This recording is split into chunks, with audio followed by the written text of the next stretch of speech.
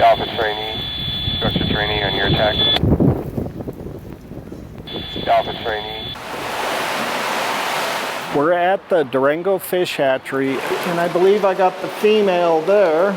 We have brought fish in from the 416 fire that are the San Juan lineage Colorado River cutthroat trout. And then I'll anesthetize them so they're easier to handle and we don't injure the fish while we spawn them. We are holding them and spawning them to create more conservation fish and a possible brood stock for future conservation waters. Well, they've found 8 small populations in the San Juans over probably the past 10 years. They thought they had something special, so they sent clips of the fins for genetic identification, and they found these fish matched museum specimens from the 1800s at the Smithsonian Institution.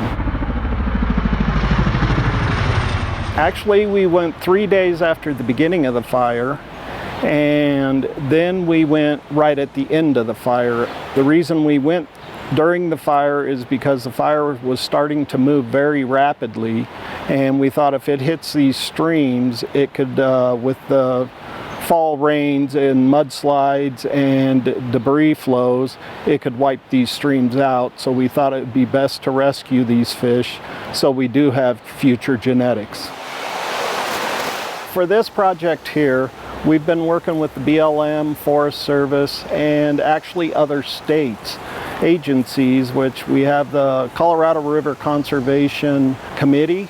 And for example, when we went up to collect these fish out of the 416 fire, we worked directly with the Forest Service fire crews and the Forest Service biologists. Here we go. Since then, we have been feeding these fish and taking care of them.